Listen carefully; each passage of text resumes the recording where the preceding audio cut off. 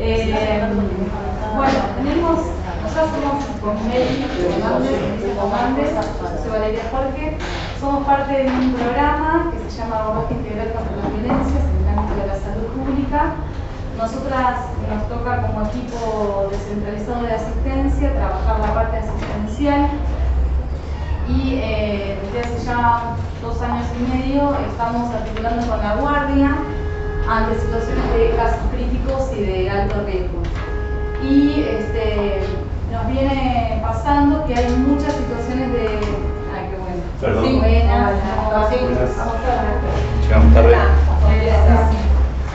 Lo que viene sucediendo es que desde la guardia,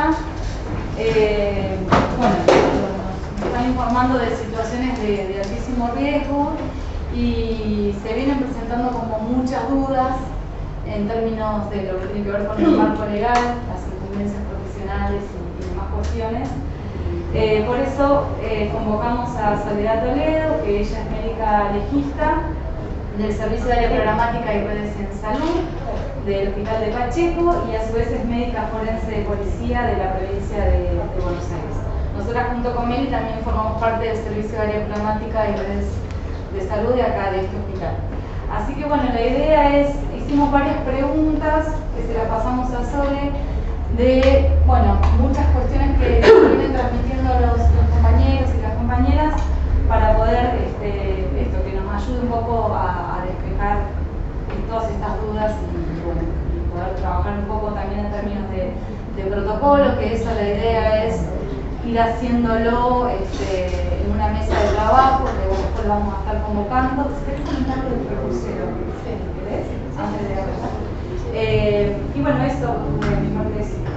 Estuvimos pegando, no sé si observaron en la guardia, en algunos servicios del hospital, de ventanilla, un papelito que tiene los teléfonos útiles de violencia, que son teléfonos, digamos, de la Dirección de Género, de la Comisaría de la Mujer, que esos son teléfonos, digamos, que está bueno que todos puedan tener acceso ante alguna situación, digamos, de urgencia. Después profundizaremos respecto a cómo hay que actuar, pero bueno, la idea de estas capacitaciones es poder sentar las bases o que haya algunos acuerdos, digamos, comunes respecto a cómo debemos actuar los equipos de salud en situaciones así, sobre todo, digamos, en la guardia, pero la violencia, nos atraviesa a todos y no es que solo llega a la guardia, sino que es una problemática de salud que cualquiera de nosotros, digamos, puede tener que asistir, ¿no? Y digamos, todos los que estamos acá somos agentes que tenemos responsabilidad en esto. Acá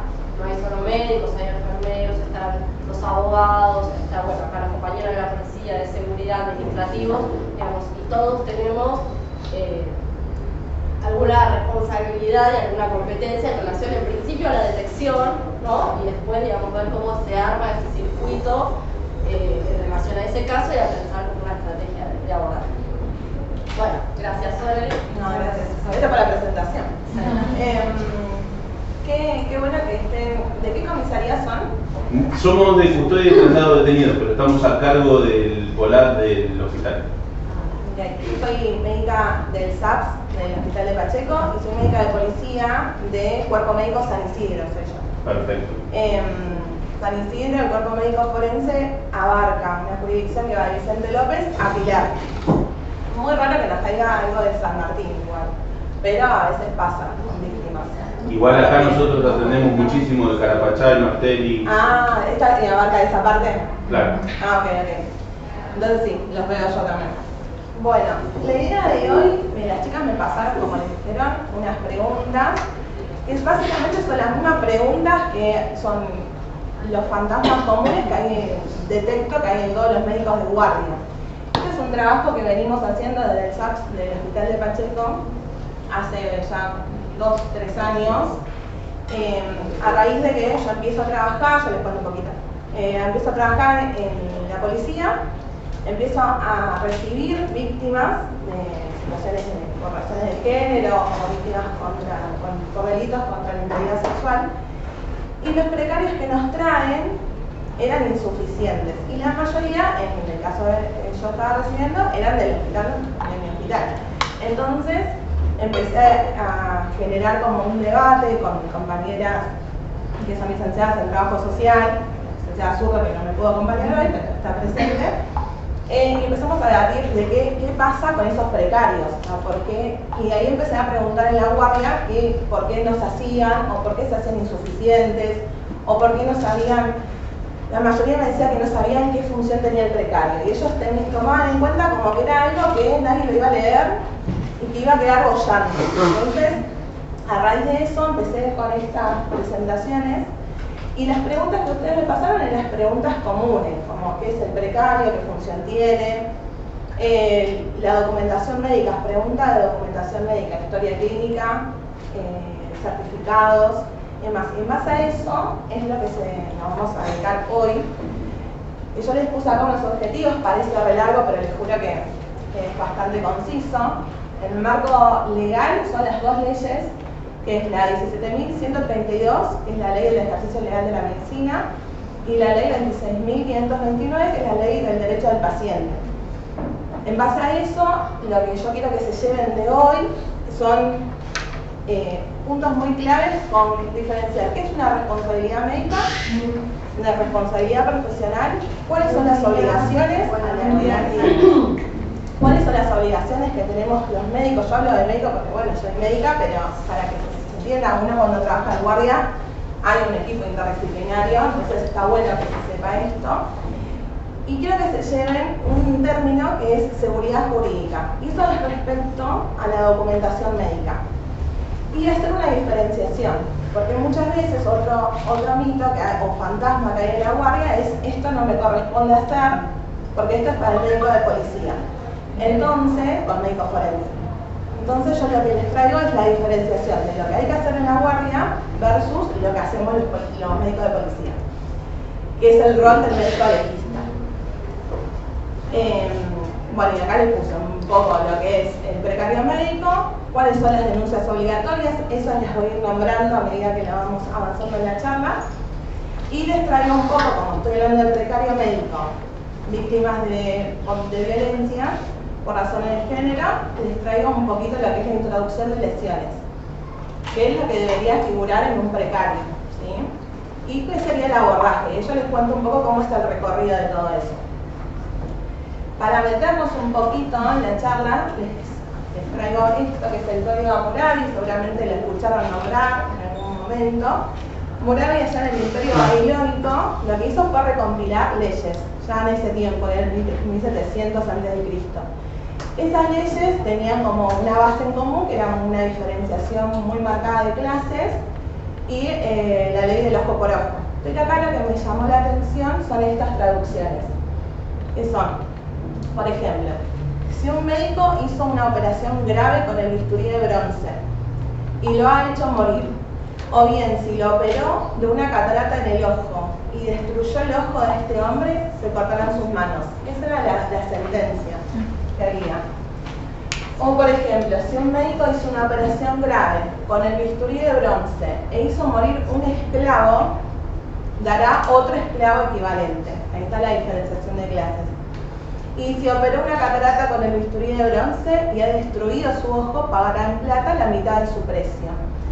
Esto, ya en el 1700 a.C., lo que está hablando es de responsabilidad profesional, la responsabilidad médica, ¿sí? Entonces, ¿qué es la responsabilidad médica? Es una derivación de la responsabilidad profesional que está en el Código Civil y Comercial y está también estipulada en lo que es el Código Penal Procesal, pero lo que yo les pongo acá es una definición básica, que es responder por el accionar, que cada acción que yo tengo tiene una consecuencia y yo tengo que responder por eso. Yo les traigo esto porque muchas veces hay un incremento muy grande de denuncias de praxis médica y hay muchos juicios por eso, se escucha mucho, que son los juicios de mala praxis. Ya decir juicio de mala praxis está mal dicho porque ya estamos diciendo a priori que fue mala la acción. Son juicios de responsabilidad médica. Entonces lo que se busca en esos juicios es ver quién es el autor de esa acción, cuál fue el acto médico que se ejecutó, si fue quirúrgico o no quirúrgico, Y acá se habla de impericia, imprudencia, negligencia o inobservación de los deberes y reglamentos de un cargo. Eso es la parte que se enfoca en los juicios, ver si fue porque el médico no sabía o el profesional de la salud no sabía lo que estaba haciendo, eso es impericia. Imprudencia es hacer de más, negligencia es hacer de menos, bueno, es una forma fácil. Y esto es mucho lo que se ve, es la que por la cual se llegan a los dictámenes y sentencias, es por la inobservancia de los deberes y reglamentos de un cargo. Eso significa que yo como médica doy una indicación a un compañero de ya sea enfermería o demás y no fui a chequear que se realizó. Eso ya hay, si la raíz de la lesión y o muerte del paciente fue por esa inobservancia, hay un dictamen. Y se falla que el personal médico fue el responsable. Yo les traigo esto no para asustarlos, ¿no? Es como para no trabajar con miedo, sino como para trabajar a conciencia. Mientras uno sea sistemático y metódico con los quehaceres del día a día del trabajo, no debería llegar a nada. La responsabilidad médica, la única forma en un juicio de defendernos como profesionales es la documentación médica. La correcta evolución en una historia clínica. El correcto informe, ya sea un precario o una constatación de algo. Si yo lo completé de manera correcta, no hay forma que yo tenga la seguridad jurídica alterada de alguna forma.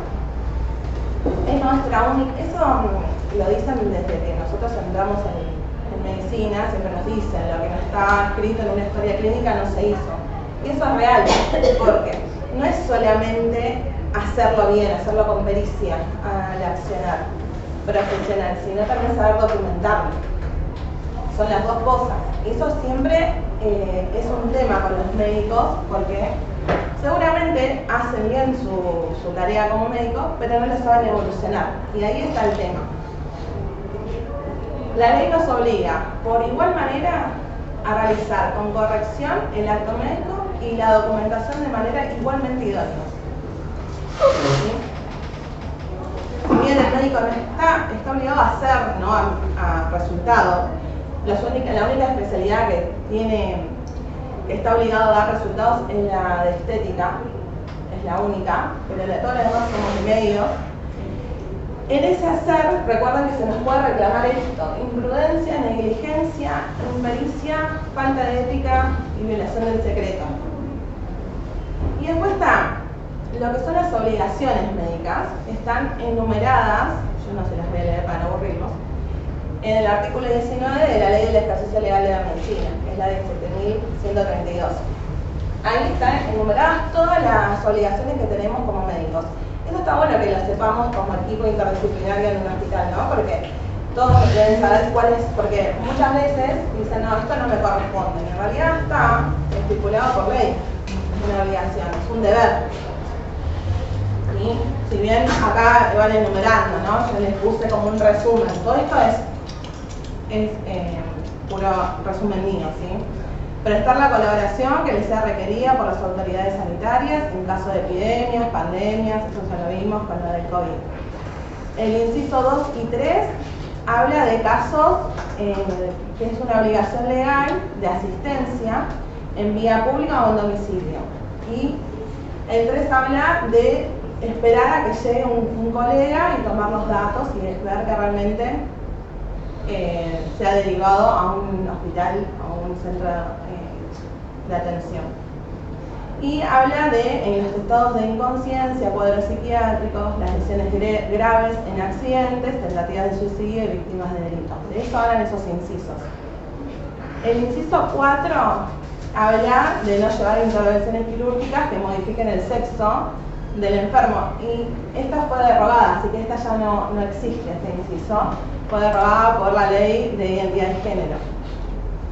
Después tenemos el inciso 5, ya ahí también quedó desactualizado porque habla de peligro para sí o para terceros, lo que es el objetivo preventivo de una internación. la ley de salud mental la deroga y queda como riesgo cierto e inminente. Después el inciso 6 habla de la prescripción de alcaloides. Acá el 8 habla de los certificados de defunción, que también son obligatorios de realizar siempre y cuando el médico esté al tanto de la causa de muerte. Si la causa de muerte es dudosa o fue traumática, ya ahí va para el médico forense. ¿Te puedo hacer una preguntita? Por ejemplo, en el caso que entra a la guardia un paciente añoso, qué sé yo, tiene antecedentes, ¿sí? Pero lo traen fallecido del domicilio. ¿Se le hace el certificado de defunción o no? No. Se hace una denuncia y se hace autopsia. Por lo general, eso es lo que pasa. Okay. Si la persona O sea, que está caso policial. el médico no sabe de la causa, por más que tenga antecedentes, desconoce la causa de muerte. Por más que tengan 95 años. Y si entra a la guardia, tiene que entrar vivo, para que... Sí, después entiende que no pueden poner en una constatación de óbito, ingresó óbito, que es lo que leo mucho, porque ningún paciente debería ingresar óbito. Tienen que escribir que se trató de reanimar, se hizo todas las maniobras básicas y avanzadas de RCP. Y a pesar de eso, luego de tantos minutos, se constata óbito. Entonces la otra denuncia obligatoria, otra forma obligatoria de certificado es la constatación de óbito. Pero si yo como médico no conozco la causa, no sé qué no, por lo general los que están obligados son los que están en internación. En los casos que no haya sido traumático, si estoy con un paciente que tengo internado en la sala que fue porque tuvo un accidente en vía pública, y ahí tampoco. Si la persona murió a causa de eso se determina por autopsia, porque fue por causa traumática. Pero en los casos que se pueda, sí. Si es un paciente que estuvo con insuficiencia cardíaca, descompensada, internado, yo lo conozco, yo puedo certificar las causas y se hace y se evita ir a autopsia, que no es algo muy grato en el cuerpo de esa persona y se alarga mucho la inhumación y todo lo que conlleva para los familiares. Pero sí. Después hay un inciso que es la obligación del médico de esto de la observancia de los deberes y tareas, ¿no? Y acá lo especifica, si bien está en la ley de enfermería, ver que se cumpla también lo que uno prescribe dentro de las evoluciones. Pero yo acá me salté el inciso 7. El inciso 7 lleva mucha controversia porque es el de los certificados, ¿sí? ¿Cuándo se hace un certificado? ¿Cuándo se extiende? ¿Cuándo no? La ley lo que dice que es obligatorio, ¿sí? Y después, yo acá desenumeré lo que es la documentación médica. Esa es una pregunta muy común que se hacen los médicos. Los certificados, cuándo se extienden, la historia clínica, ahora con esto de la historia clínica digitalizada, los pedidos de informes de estudios complementarios, las recetas, y después los informes periciales, que ya a veces por orden de juez o de fiscal. Pero yo acá me baso un poquito en la ley del derecho del paciente, donde está estipulado que es la historia clínica. Si ustedes quieren ver la definición de historia clínica, se tienen que dirigir a esta ley, que es la 26.529. Ahí están los artículos 12, 13, 14, que está estipulada la definición y quién es el titular de la historia clínica. El paciente es el titular de la historia clínica. Eso es así. Y él puede pedir la historia clínica en el momento que quiera. Obviamente que hay unos tiempos legales para entregarlo, pero es el titular. Y fíjense que acá dice que la definición según la ley es el documento obligatorio, acá volvemos a lo de las obligaciones médicas, obligatorio, que sea cronológico, foliado y completo, en el que conste toda actuación realizada al paciente por profesionales y auxiliares de la salud. Y después se agregó el artículo 13 para la historia clínica informatizada, que era la forma de pasarlo a la computadora, ¿no? También está la digitalizada. Que lo que tenía que cumplir como requisito era una preservación de integridad, que sea auténtica, que no se pueda alterar, no es que yo pueda entrar y lo pueda cambiar en la evolución que hice. Eso es lo que se buscó. Pero esto yo se los cuento, no para aburrirlos con la ley, sino para que sepan dónde se buscan estas cosas.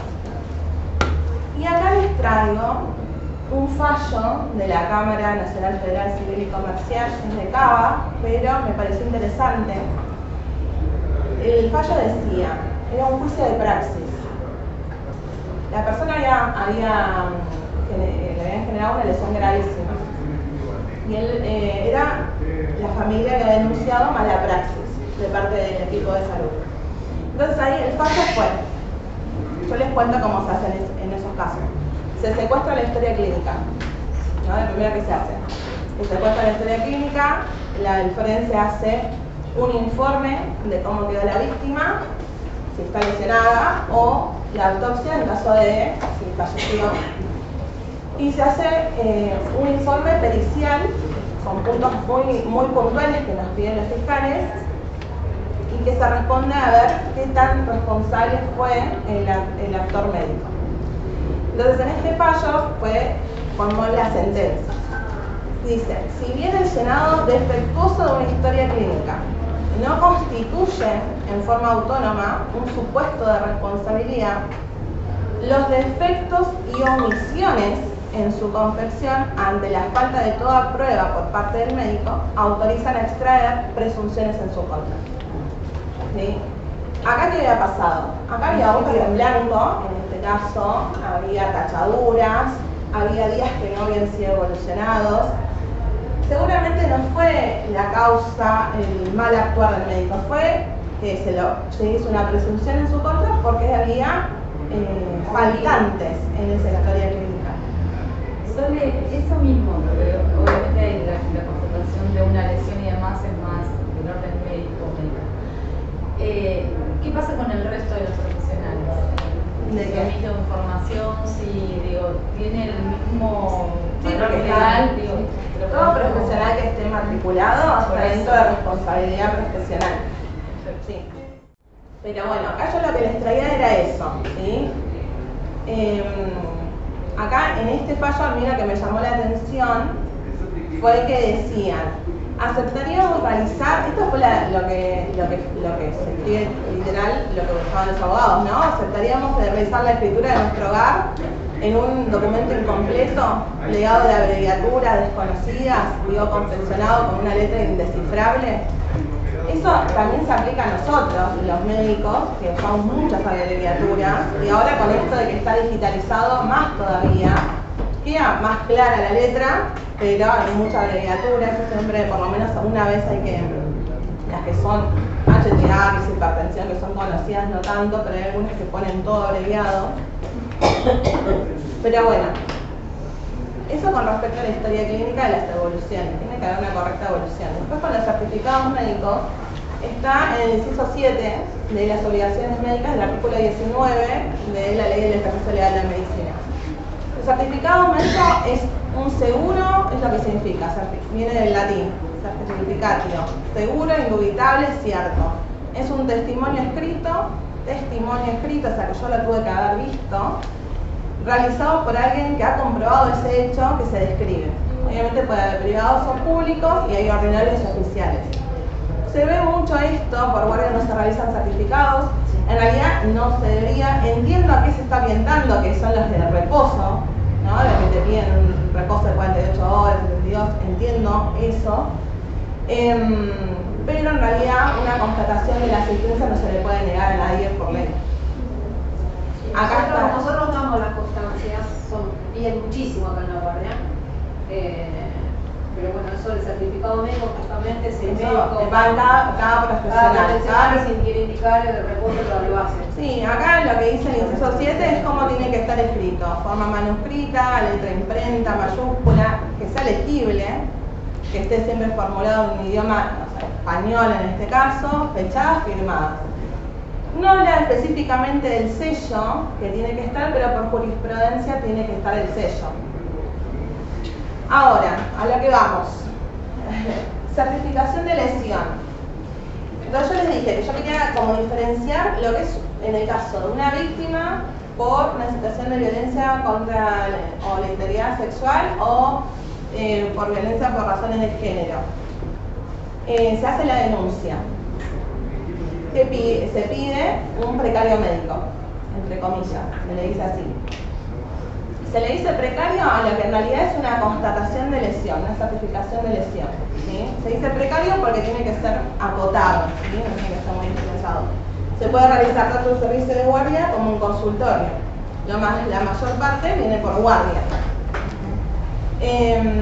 Y con eso se le da al fiscal, cuando toma un caso así, tiene una determinada cantidad de horas para tomar una acción.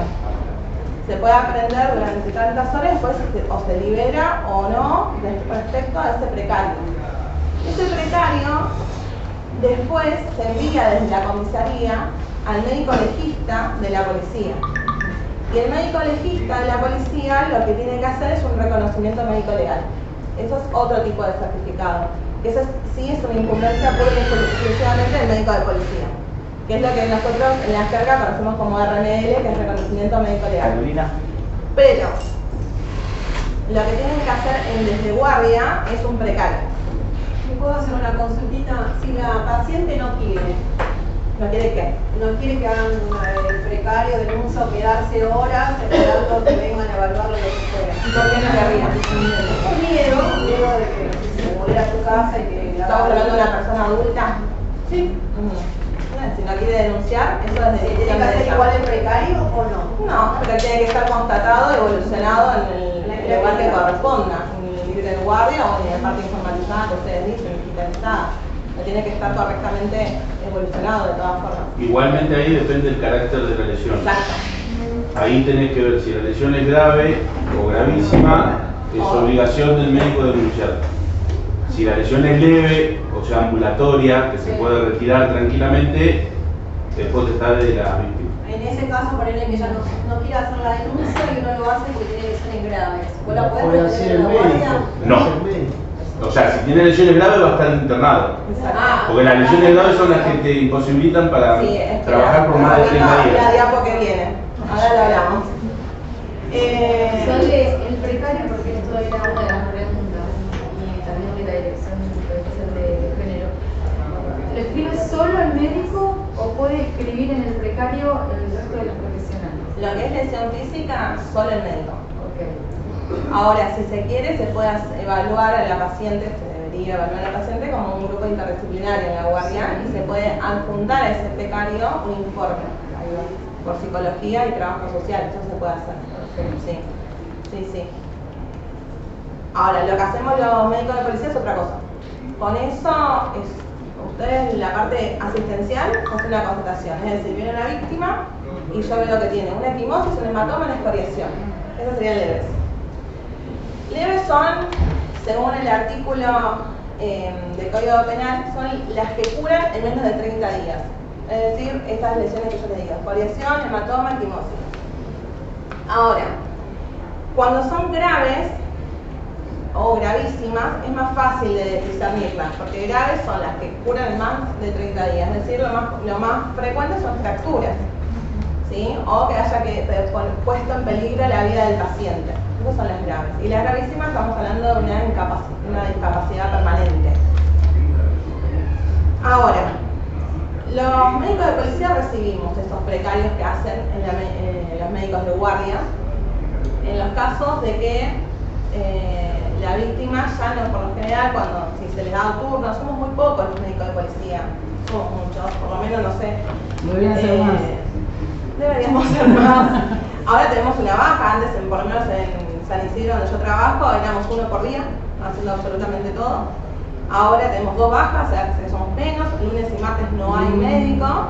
Entonces nosotros hacemos las autopsias, hacemos los reconocimientos médicos legales de detenidos, de víctimas, turnos por situaciones de delitos contra la integridad sexual, como que hacemos todo eso en una sola guardia. Entonces, ¿qué pasa? Ahora se quedó desde la pandemia la parte que es por mail. Entonces a veces para agilizar nos mandan por mail el precario y nosotros hacemos en base a eso. El RML se puede hacer en base al precario médico, la historia clínica, que les a veces muchas veces se pide una historia clínica, o con las placas fotográficas que nos envían de comisaría. Si son lesiones graves o gravísimas, nosotros bajamos, a lo que decimos bajar, venimos al hospital y le hacemos el reconocimiento en persona. Y muchas veces nos llevan a la dependencia. Pero son las menos porque la mayor parte del tiempo estamos en morgue, entonces es muy digitalizado todo ahora. Entonces nosotros lo que hacemos es, tenemos que poner qué tipo de lesiones, el tiempo de data aproximada, el mecanismo de acción y tenemos que clasificar, bueno, un presunto agente productor y la clasificación en leve, grave o gravísima. Eso lo hacemos los médicos de policía, no lo tienen que hacer ustedes en guardia. Ustedes lo que tienen que poner es qué tipo de lesión es la que están viendo. Si le quieren agregar cura en más de 30 días, menos de 30 días, se lo agradeceríamos, pero no es algo obligatorio. Eso lo hace pura y exclusivamente el médico de policía. Y yo acá les pongo los artículos 89, 90 y 91, que son del Código Penal, donde especifican cuáles son estas lesiones. Y fíjense que las que... Acá. Artículo 89 son las leves, ¿sí? La forma más fácil es esto que yo les decía, que son en el plazo de curación menor a 30 días. El artículo 90 son las graves, y acá yo les marqué dos cosas, que son las que causan una inutilidad laboral para el trabajo mayor a 30 días, como por ejemplo una fractura, o que haya puesto en peligro la vida del paciente.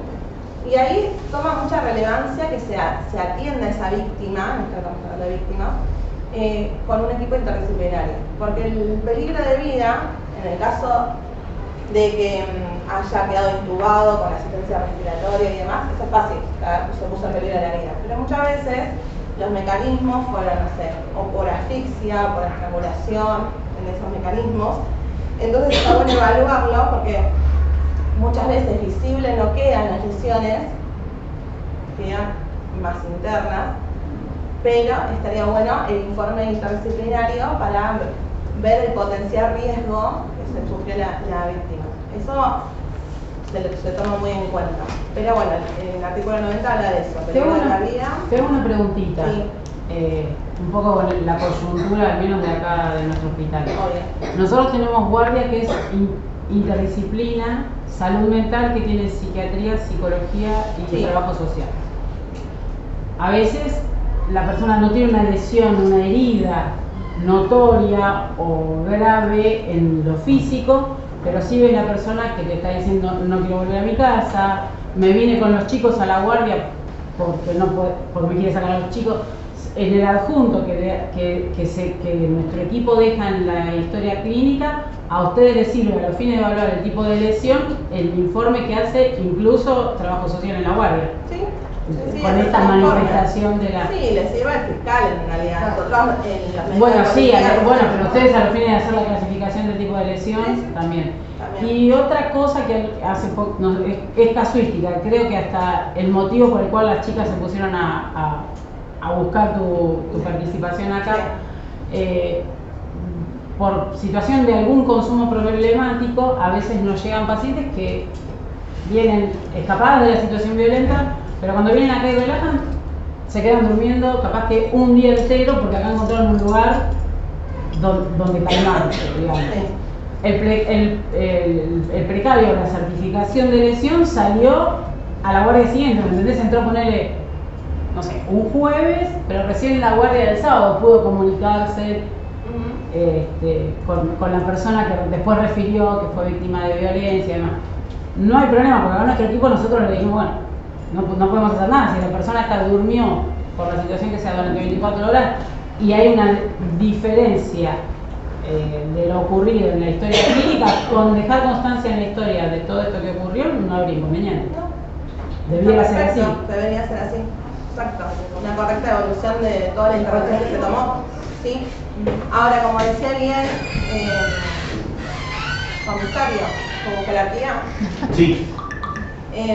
Como decía bien el comisario, las que son obligatorias, para denuncia obligatoria, son las 90 y 91. ¿Sí? Lesiones graves o gravísimas.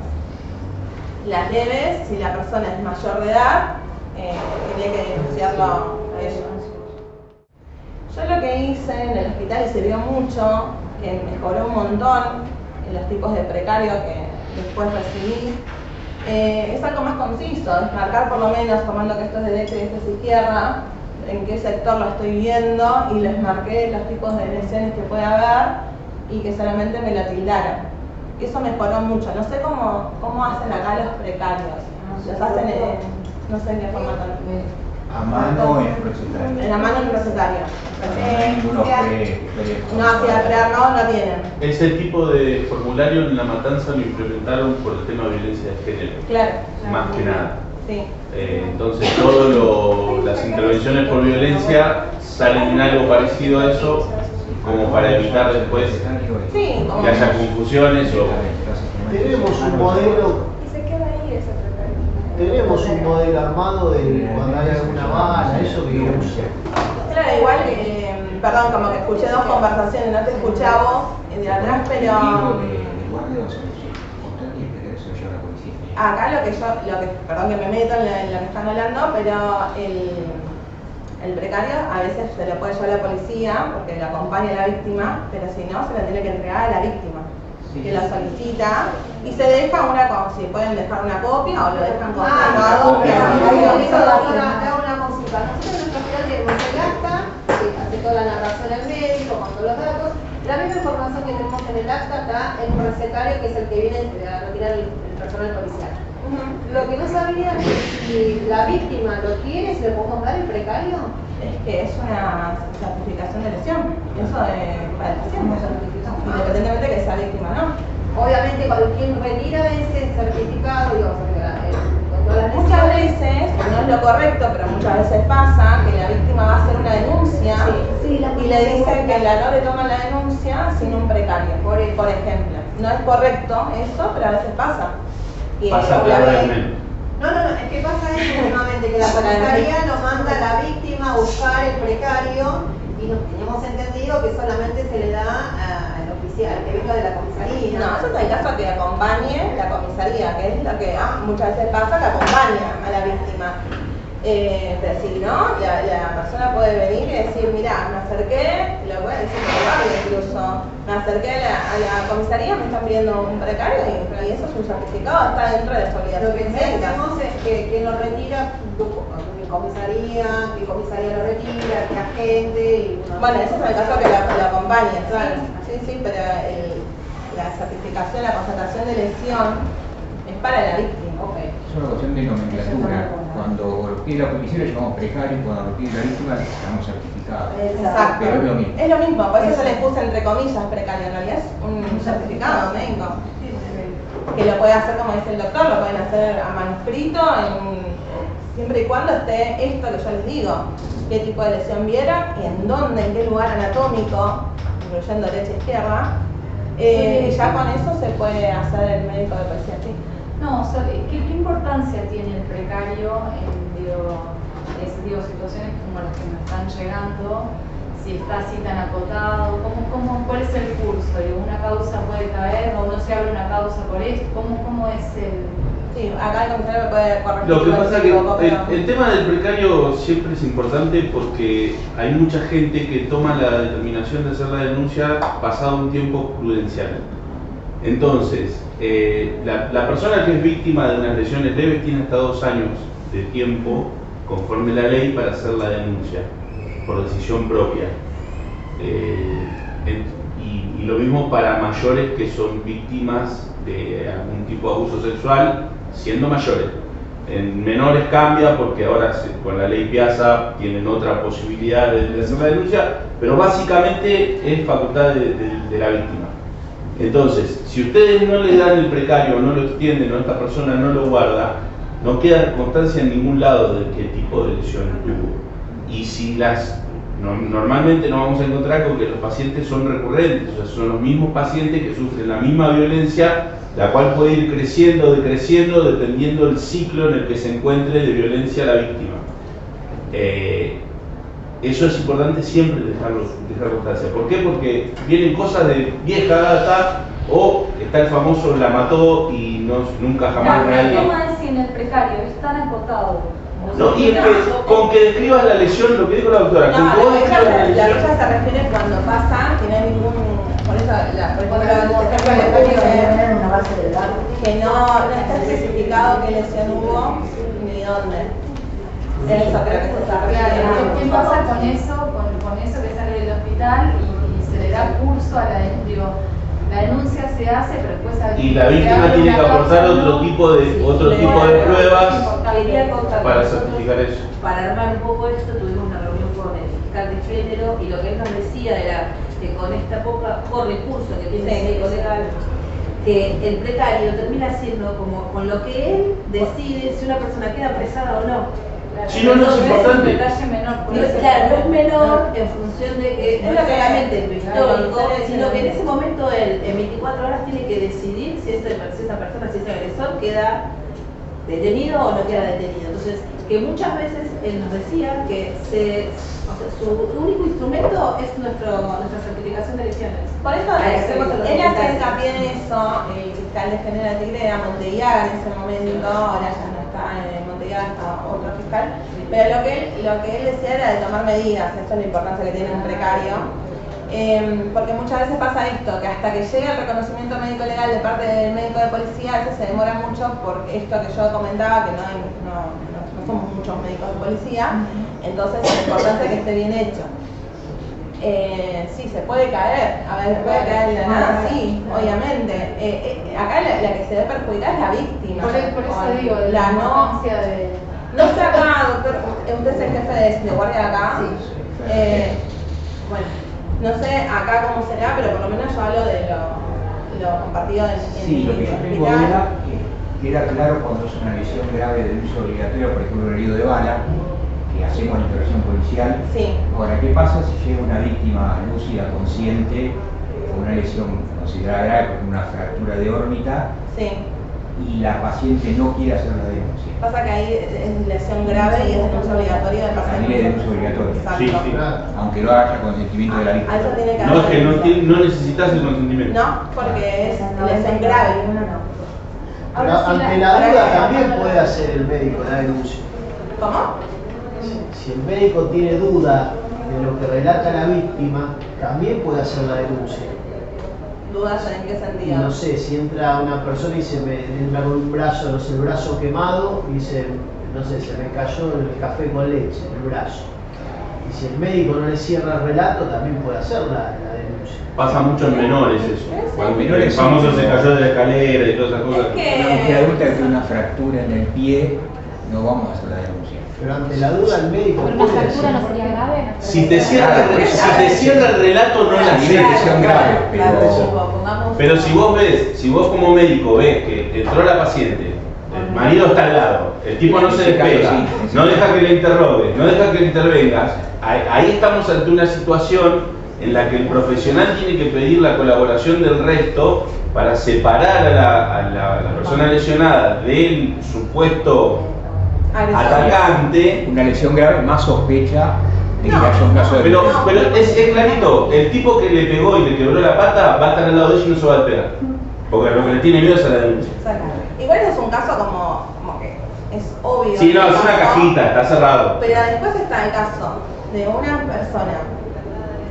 La víctima que cae siempre tiene lesiones de vieja data también, tiene diferentes estadios de evolución. Pero es una lesión grave y hay que denunciarla. Independiente también de, la mayoría te dice, me caí, me golpeé sola, pero tiene que estar eso en nuestro pensamiento de que puede ser una víctima de violencia. No sé si lo recuerdo. Sí, sí. La Pero diferencia es eso, que la obligatoriedad de denunciarla, aunque la víctima no dé consentimiento. Muchas veces tiene miedo y no claro, quiere. eso sí, es que la mayoría tiene miedo, sí. El tema sería que ante lesión grave o gravísima, al ser de denuncia obligatoria, si tiene una lesión grave ya está, por más que ella La quiera, mecánica por más del que hecho no es importante. por más que quiera o no quiera, o esto o el otro, si es denuncia grave, lo que yo quería comentar en relación a lo que dijiste vos, lo que entonces sería importante en el caso de lesiones leves, que el paciente o la paciente no quiera denunciar, poder darle el precario para que le quede un antecedente eventualmente a futuro. Sería O sea, sería ideal hacerlo siempre, aunque sea una lesión leve y no quiera denunciar ahora. Exacto, sí. Quiero hacer una consulta. Cuando hablamos de hacer la denuncia por parte del equipo de salud, ¿Qué implicaría esa denuncia? Solicitar la intervención policial. Solicitar la intervención Nada más. policial. Tienen que tener porque nos pasa mucho en el marco de la guardia que por ahí la persona quiere hacer la denuncia y viene un móvil y siempre hay que ir a la comisaría. Acá nunca nos han tomado una denuncia. No, vamos por También Como primera medida, el médico no tiene que ir a la comisaría. El médico lo que tiene que extender es el precario. Salvo que sea víctima. O sea, si vos sos víctima, sí tenés que ir a hacer la denuncia porque, no sé, te robaron el celular, por cualquier cosa que pase que no tenga que ver con violencia. Cuando es violencia, el médico lo único que tiene que decir es: oficial, acá tiene el precario, la señora es la víctima, ella le va a contar y se terminó el accionar del médico. El médico no tiene que ir a la comisaría para nada. Con entregar el precario ya está. Pero eso no es hacer la denuncia. Pero el médico no hace la denuncia, el médico da intervención.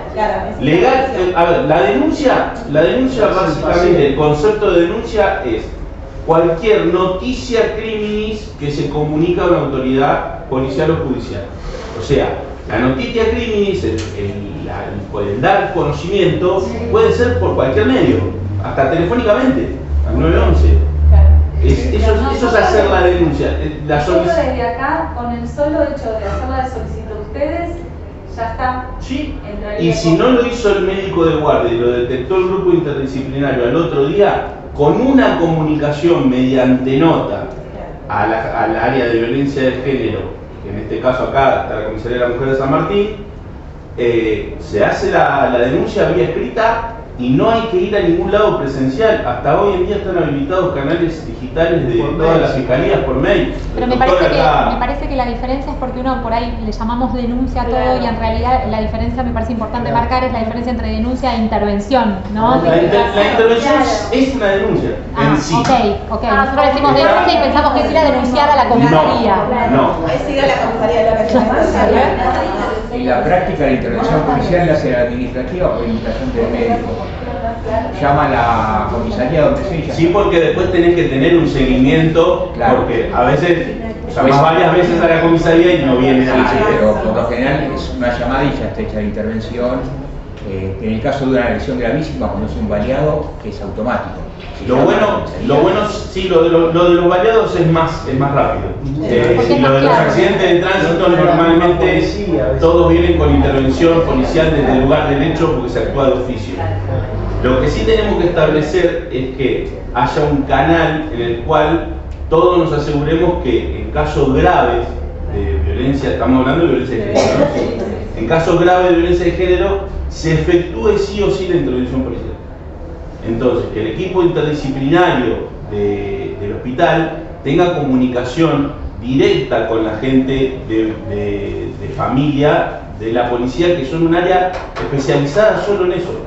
Es lo único que hacen, se dedican a eso. Sobre todo por la historia que tenemos, la casuística de las mujeres que terminan muertas porque hubo intervenciones previas y nadie avisó, ¿no? Claro, entonces tiene que ver con eso, que vos tenés que denunciar, avisar, como digo, por ahí uno denuncia, piensa que tiene que hacer un escrito, presentarse. No, solamente es dar aviso, aunque después esa víctima no quiera denunciar y se caiga y no lo sostenga, nos queda un registro de que es que si son graves, sí o sí, por más de que ella esté reticente a hacer la declaración o ir en contra de la persona que la victimizó, termina en condena. O sea, ustedes sepan que cuando hay una lesión grave, termina en condena siempre. Después en el medio hay grises, en realidad tiene que ser. Hay de todo. Eso no significa que uno no tenga que hacer la denuncia cuando lo recibe. Sí, a mí me parece que una consulta en relación también a la responsabilidad profesional de cuando una comunicación hace el seguimiento. Cuando uno notifica o una intervención a la policía, en general, asumamos de que en el caso de que se retire, por ejemplo, y ya terminó la guardia, ¿cómo se da el traspaso de responsabilidades? O sea, ¿pasaría a la próxima guardia o yo como profesional que di intervención a la policía y me fui, tengo que seguir? O sea, ¿pasa a la próxima guardia o yo sigo siendo? Vos tenés que pasar a tu compañero que va a tomar la guardia. Claro, que toma la posta, o sea, sí. Es eso, más que nada porque al dar una indicación mientras vos lo hayas evolucionado, que vos tomaste conducta y le hiciste el traspaso y tenés que anotar a quién se la estás pasando Claro, seguimiento de se esto. notifica de la comunicación para que se haga el seguimiento correcto. Igualmente, una sola cosita para que quede claro para todos. No tengan miedo del precario ni de la intervención, porque eso, cuanto más completo esté, va a evitar que lo citen a declarar. A ver, todos creen que si se involucran, no, me van a citar a declarar y por ahí pierdo un día porque tengo que ir, porque tengo tal guardia. Mi mujer es médica, ya claro. Entonces, no, al contrario. Cuanto más completo esté y mejor redactado y más legible esté el precario médico, no hay opción de que lo citen, porque no va a ser necesario. Igualmente para ratificar, generalmente la firma, el puño eléctrico. Normalmente, ¿sabes cuándo lo citan? Cuando es dudoso, cuando hay algo que no entienden qué dice o... Cuando la letra no es legible, cuando no se entiende la intervención, si tomó actuar o no el médico, en esas situaciones. Pero es verdad eso, uno de los fantasmas es no quedar implicado en algo judicial, cuando ya por el solo hecho de trabajar y sale esa guardia, pasa algo con esa víctima, se va a evaluar quién estuvo de guardia en ese momento. Ya también quedas implicado, pero el tema es esto que dice el comisario, y también es lo que yo les hablaba al principio de la seguridad jurídica. Si ustedes lo escribieron y lo presentaron, es muy poco probable que lo llame el fiscal. Igual el fiscal lo llama precisamente para ver que rectifiquen si esa es su firma, sus letras, si no entiende algo. El fiscal te llama cuando no entiende algo de lo que pusiste, o algo no le cerró. Esas son las Sí, si pusiste mano izquierda y tenía la lesión en la derecha. Exacto, cosas así. por ejemplo. O que tenía más lesiones y vos solamente escribiste una, en esos casos. ¿Qué pasa si la persona ya viene acá, por ejemplo, la última situación, que fue una tentativa de juicio, ya había hecho la denuncia a la familia? Nosotros igual tenemos que notificar a la policía de acá, aunque hayan hecho la denuncia. A lo que es el personal policial que está, notifíquenlo. Se hace un precario y se comunica igual. Para no tener dudas. Puede ser, como la doctora explicó, que a veces van a la comisaría, hacen la denuncia y de la misma comisaría los mandan al hospital para que quede el registro. Porque le preguntan, ¿fue al médico? No fui. Me quedé en casa, me curé sola, o me pegó, estuve todo el fin de semana encerrada y no fui a ningún lado. Entonces la mandan al médico para que quede una constancia de que se atendió. Y si, por ejemplo, la persona refirió una situación de violencia de género con lesiones y demás, pero no quiere hacer la denuncia, no quiere hablar con la policía le toma la declaración a los profesionales que intervinieron, ¿no? Y que escucharon ese relato. Volvemos de nuevo al tipo de lesión. Solo con las lesiones graves. Sí, eso sabemos, sí, por eso digo. Con el resto de la... Si la mujer no quiere hablar y ya... Y puede denunciar igual el médico. No, ¿hace precario o no? Lo que pasa que nosotros por ahí, esto desde hace años que se viene separando, vamos a decir, la parte policial de violencia de género, incluso ahora hasta tienen otro uniforme distinto y todo, gente que tiene distintos tipos de abordaje a la situación. Entonces por ahí, a veces le llegan por ella, le llegan por los hijos, le llegan por situaciones que ha vivido. Tengamos en cuenta, de nuevo vuelvo al círculo de la violencia. El círculo de la violencia es muy complejo y uno que está afuera lo ve como que, mirá, vino a denunciarlo, tremendo quilombo y ahora está con el tipo. Bueno, si no rompemos eso en nuestra cabeza, nunca vamos a poder saber cómo abordar a una persona para convencerla de que tiene que salir de ahí. Sí, no, que en realidad, digamos, más allá de artículo 90 y 91 que habrán quedado más claro, me parece que me parece que en realidad las lesiones leves es el grupo de trabajo más importante, o es a donde tendríamos que abocarnos para no llegar al 91. Pero ¿qué pasa? Si vos de golpe y porrazo vos sufrís un acto de violencia, no lo denunciás porque, no tenés a alguien con quien hablarlo, no lo querés hablar, te da vergüenza, no lo denunciaste, no quedó registrado. Después volvés de nuevo y al mes vuelve de nuevo la persona y pasa exactamente lo mismo. Y así hasta llegar al 90 y 91 la persona persona cuando llegó estropeadísima y demás.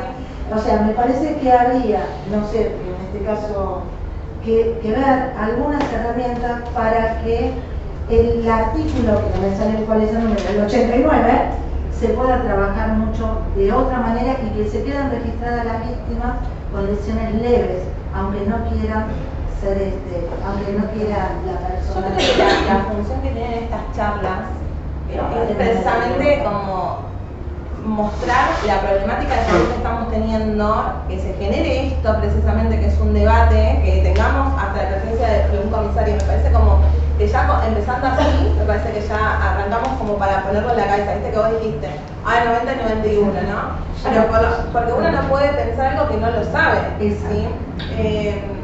Lo que pasa es que ahí, en ese caso que estás planteando, va a depender del equipo interdisciplinario. Exacto, sí. O sea, va a depender tanto de admisión, que lo registra y que ve que ya tiene varios ingresos, del asistente social que por ahí haya hablado con ella, del psicólogo, del psiquiatra, va a depender de otro tipo de trabajo. ¿Cómo lo abordaron en la guardia? Totalmente. El médico por ahí que está de guardia es el que menos responsabilidad tiene porque está quemado. Está quemado con un montón de cosas, se entiende eso, ¿no? Tampoco nos victimizamos, pero estás con un montón de cosas y por eso está bueno el equipo interdisciplinario para abordar estas cosas, decir, bueno, la primera escucha, ¿no? Escuchar a la víctima, indagar sobre eso y que también tome notificación de esto el médico para extender esta constatación de que esté una firma. Vos decías hacer un informe, sirve también cuando si no tiene lesiones visibles. Imagínense que yo veo desde la víctima hasta el femicidio, ¿no? Yo ya lo que hago en las autopsias ya es ver lo que no se llegó a rescatar de esa víctima. Y muchas veces, me pasó hace poco, que una víctima, ahí había un montón de sesgos, ¿no? Ideológicos, porque era una chica de una situación de calle y demás, pero tenía una pareja. Visiblemente parecía que no tenía ninguna lesión. No parecía que nada, parecía como, a mí el que me trajo en la morgue dijo, no, seguramente se pasó de cocaína, habrá tomado algo de más y habrá sido eso.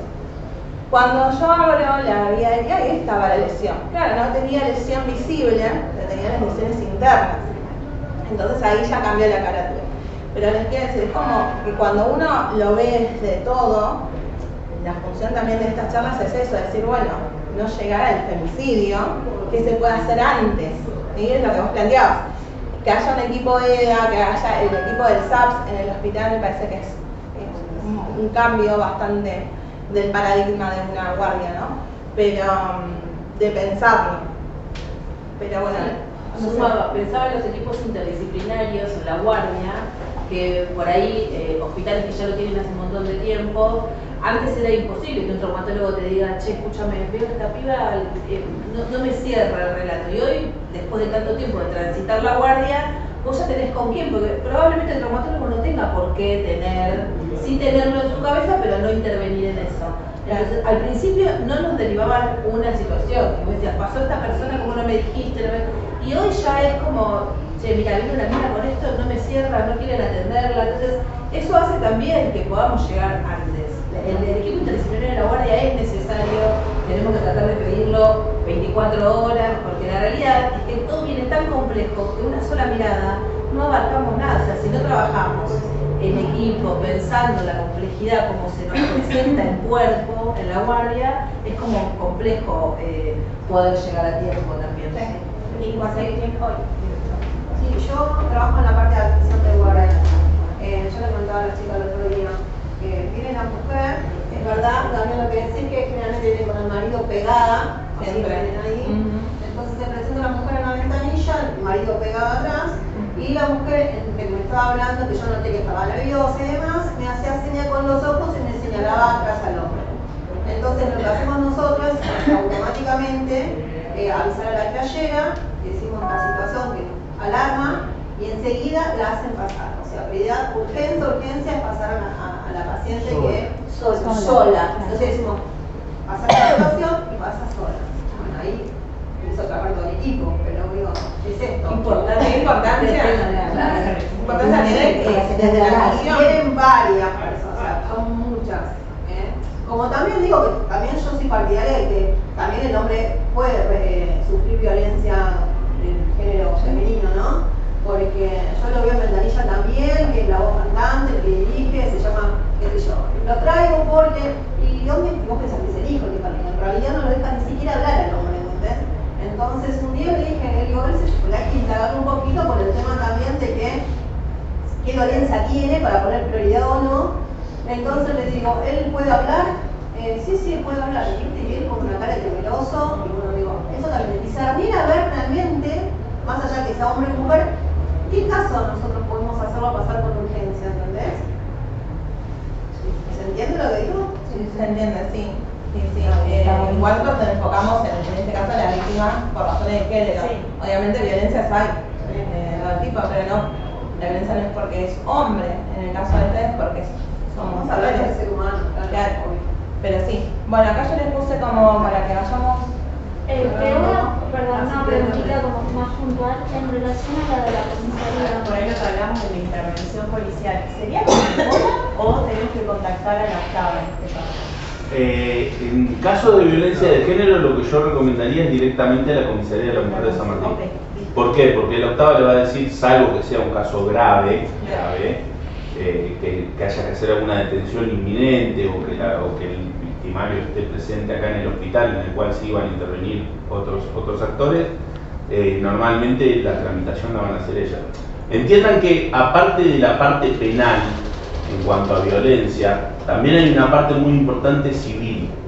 Entonces, hay un montón de violencias que no son físicas, que se denuncian en la parte civil, en los tribunales de familia, se manejan a través de ellos con procesos civiles que incluyen medidas de protección también para la víctima para evitar que llegue a algo físico. Lo que pasa es que la octava, la comisaría nos toca por la zona, pero si vos haces la denuncia por la comisaría octava, la denuncia entra en un curso de juzgado de fiscalía penal. En cambio, si vos la haces en la comisaría de la mujer, va directo al juzgado de familia. Entonces están los equipos interdisciplinarios de ellos, tienen otro tratamiento que te va a dar distinto una fiscalía penal donde hay otro tipo, hay homicidios, le dan más importancia al de la comisaría de la mujer que al otro, porque son distintos. Y lo mismo para abusos, que no estamos hablando, pero que es algo que cuando detectamos un abuso, no sé si hay pediatras en la reunión, más que nada infantiles, de ese tipo, automáticamente la comunicación con la comisaría de la mujer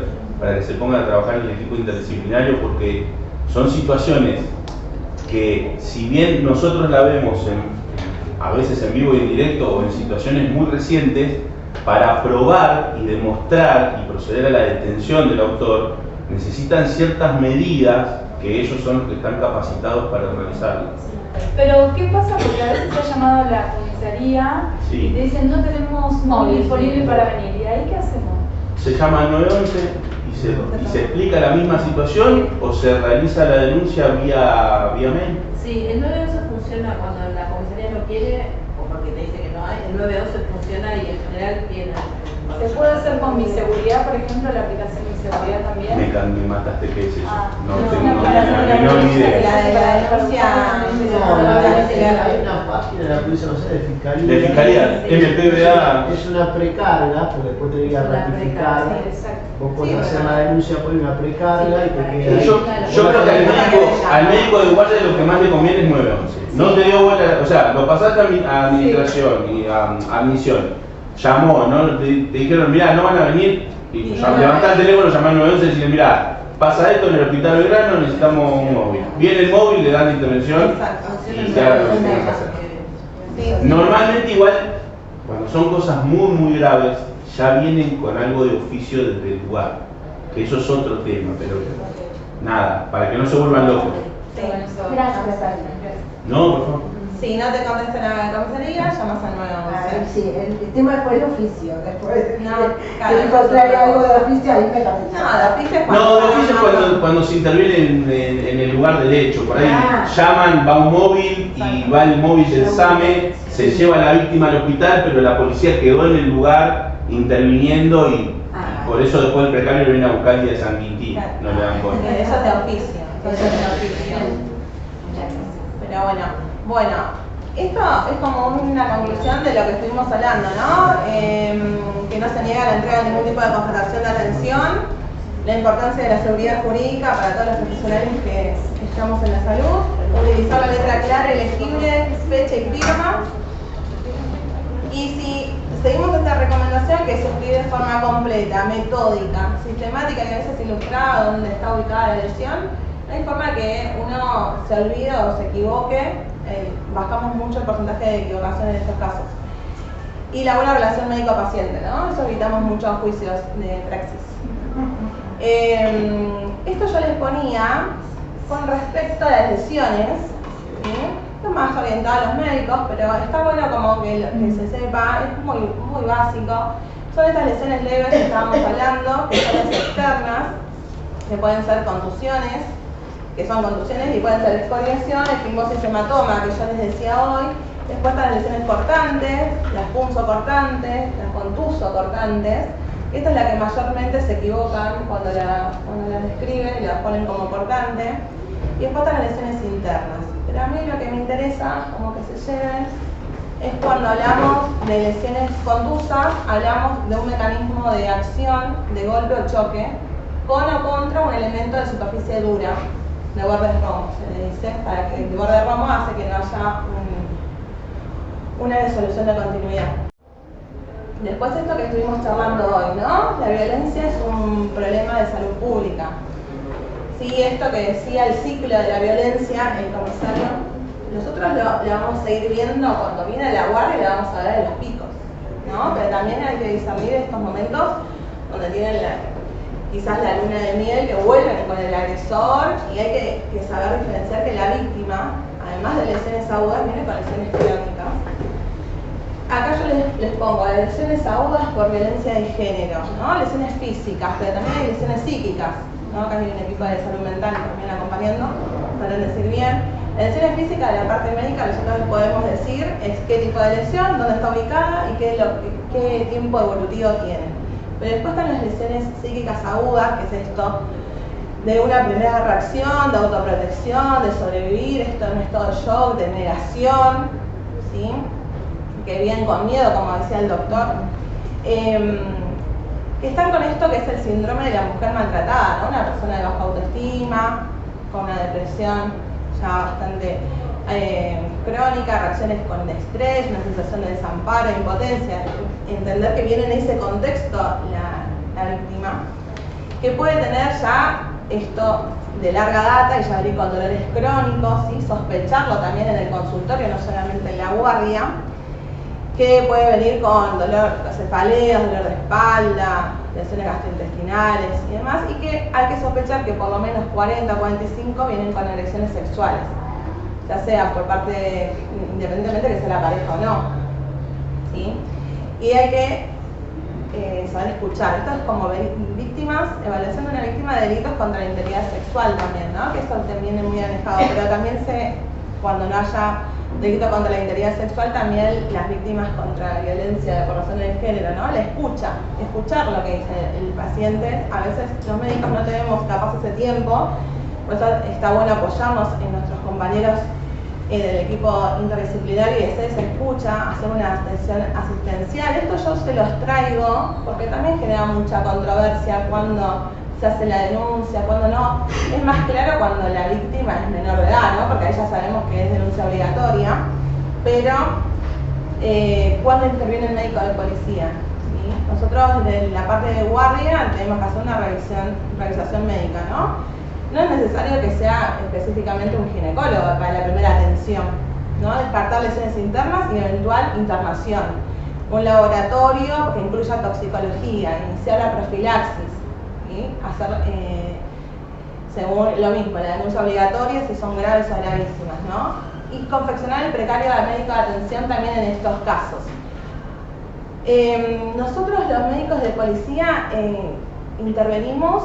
Podemos venir al hospital en casos, como ya les dije, que son de reciente data y que son nuestras urgencias en la policía, que son los delitos de abuso sexual y Los casos de que haya que ir a un lugar del hecho por un femicidio y demás, esas son nuestras urgencias que vamos sí o sí, que tenemos que dejar lo que estamos haciendo y vamos.